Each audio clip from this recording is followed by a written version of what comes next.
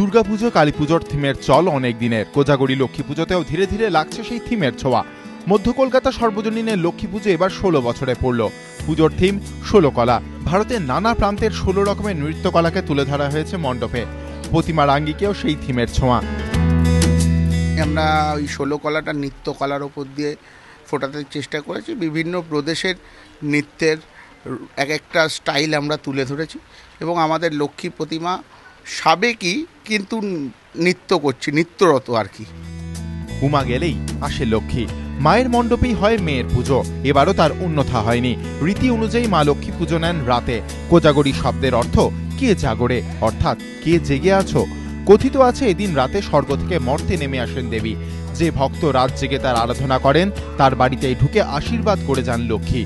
শ্বেতপদ্ম ও শ্বেতচন্দন দিয়ে গৃহিণীরা নিজেরাই করতে পারেন লক্ষ্মীর আরাধনা। ফলমূলের পাশাপাশি চিড়ে এবং নারকেল লক্ষ্মী পুজোয় আবশ্যিক। রীতি অনুযায়ী পুজো শেষে সারা রাত পাশা খেলতে হয়। এবারও সেই রীতি মেনে কোজাগরী লক্ষ্মীর আরাধনা রাজ্য জুড়ে। লক্ষ্মী পুজো শেষ হওয়ার কিছুদিনের মধ্যেই কালী পুজো, দীপাবলি। শক্তির আরাধনায় মাতবে গোটা দেশ। ধনদেবীর আরাধনার দিনই খুঁটি পুজো সেরে কালী পুজোর প্রস্তুতি শুরু করে দিল Girish Park 5 star sporting club. Sanchayan Mitra, ABP Ananda, Kolkata.